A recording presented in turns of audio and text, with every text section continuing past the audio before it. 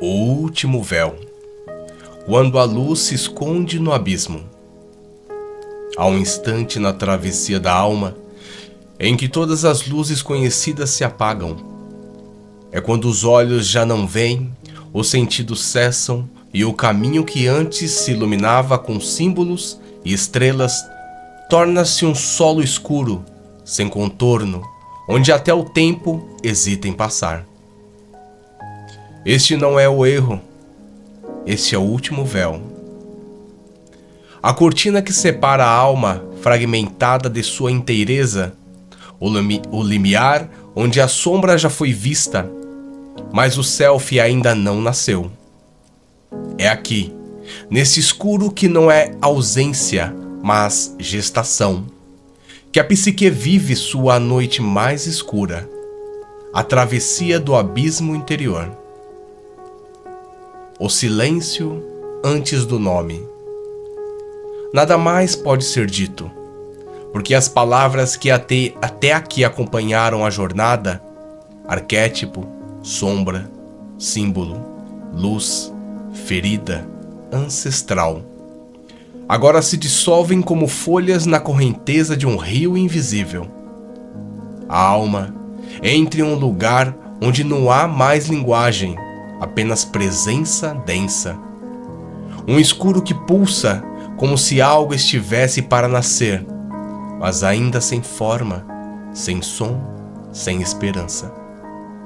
E é aqui que muitos desistem, porque o ego, sem controle, entra em pânico. Quer ver, nomear, entender. Mas nesse estágio final, toda vontade é uma prisão. Toda tentativa de forçar a luz afasta ainda mais a revelação. Este é o território da submissão ao mistério. Não submissão como rendição fraca, mas como força interior que aceita morrer para o antigo para que o novo possa respirar. A caverna do coração.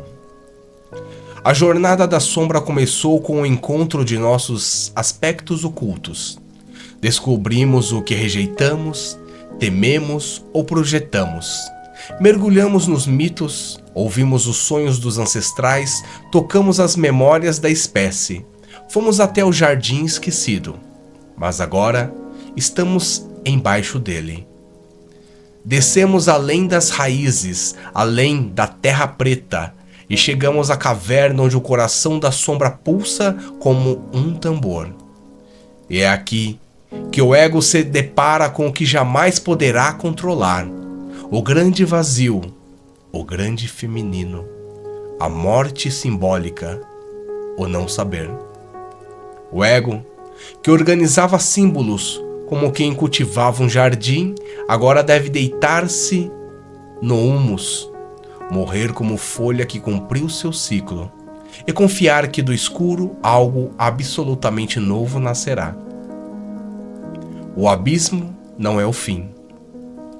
No pensamento junguiano, a individuação não é uma iluminação súbita, mas uma jornada contínua de integração entre opostos. Mas antes da escuridão, há a separação. Antes da integração, há o confronto total com o vazio criativo. O abismo é este espaço. Não é o inferno, é o útero do self. Mas ele se apresenta como o desespero, solidão, crise existencial. Como se nada mais fizesse sentido. O mundo perde cor. Os sonhos cessam. A fé falha. É preciso saber. Isso não é fracasso. É a própria natureza da travessia. Jung dizia que, ao confrontar o inconsciente, o ego não pode vencer, mas também não pode fugir. Ele deve suportar, deve permanecer na tensão. Como Inanna, que desce nua aos 7 portais do submundo. Como Cristo, que clama ao Pai no jardim de Getsemane. Como cada ser humano que, ao tocar sua dor mais antiga, percebe que não está só. mas também não está mais no mundo como o conhecia. Quando a luz se esconde. A luz não desapareceu, ela apenas se escondeu para nascer de outra forma. Como o sol que, no inverno profundo, mergulha sob a terra para nutrir as sementes invisíveis. Como a vela que, ao ser apagada, revela o brilho das estrelas que antes estavam encobertas. Como a consciência que, ao parar de resistir, torna-se capaz de ver os olhos da alma. O último véu é justamente isso, um convite a ver sem olhar, a saber sem pensar, a lembrar sem memória pessoal.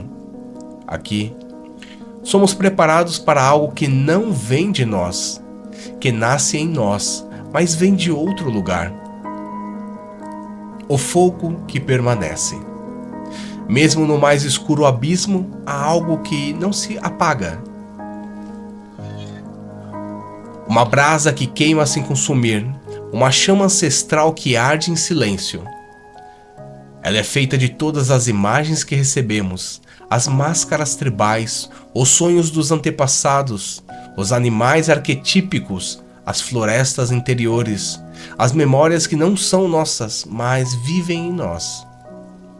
Este fogo silencioso é o coração do Self, a semente dourada que resiste ao inverno da alma.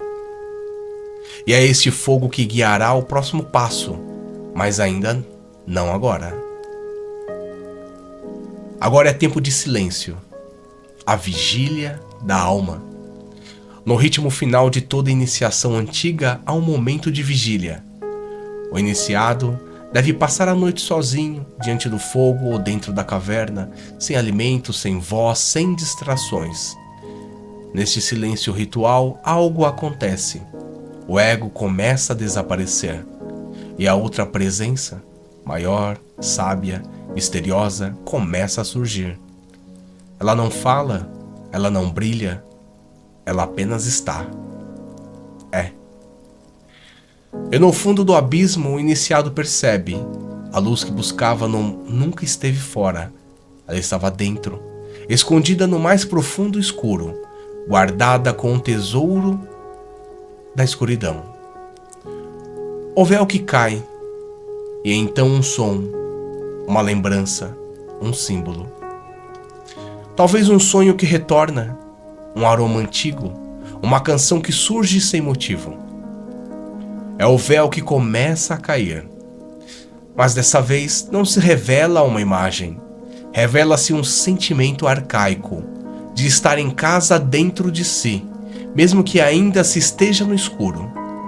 E é aqui que a alma começa a se recompor, não como antes, racional, lógica, controladora, mas como um corpo simbólico que dança entre sombras e estrelas, e que sabe, a luz não é o oposto da escuridão, é o filho mais profundo.